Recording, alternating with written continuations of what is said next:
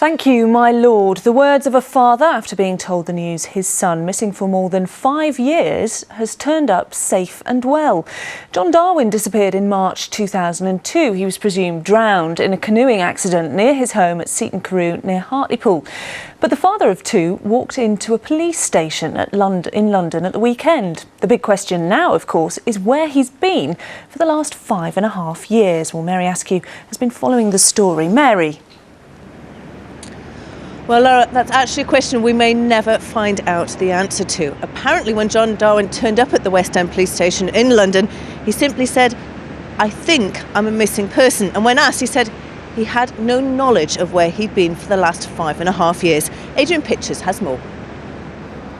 When John Darwin disappeared in March 2002, the rescue services threw all their resources into the hunt for the missing canoeist.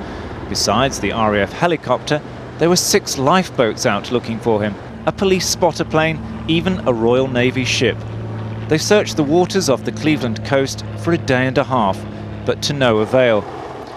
Peter Lugg picks up the story from the scene.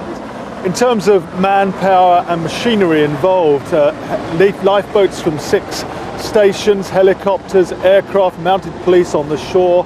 This has been one of the most extensive searches for many years. Why is that so? Well, just think about it. One canoeist out there in the open sea, no navigational aids, no homing beacon, no radio equipment, not like a modern trawler might have. It's been literally like trying to find a drop in the ocean. Now, that search went on for about 33 hours, and then dramatically at mid-afternoon today, the Humber Coast Guard decided enough was enough and called the search off.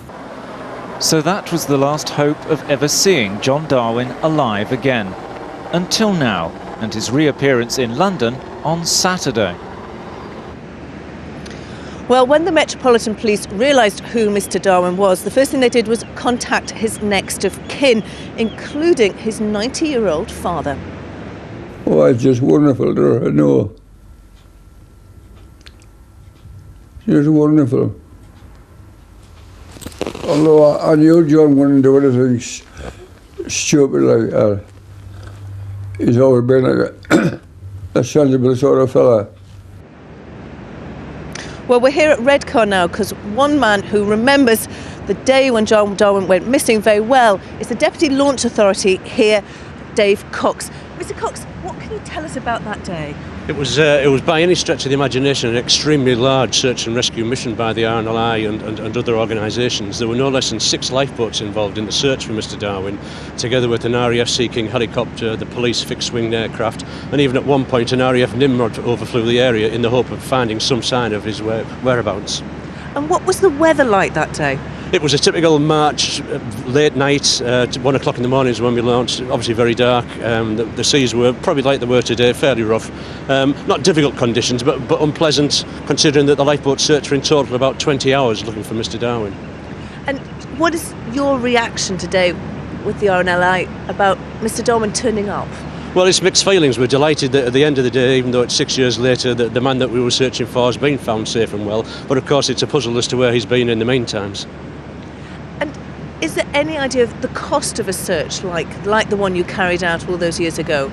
There's no way of putting a real measure to the cost. What we certainly say is if we had found him that night, it would have been money well spent and we wouldn't have a problem with that. And even now that he's been found six years later, we could say that still the effort was worth it and the expense was worth it. Mr. Cox, thank you very much indeed. Well, there'll be much more on that story in tonight's Look North. Lara.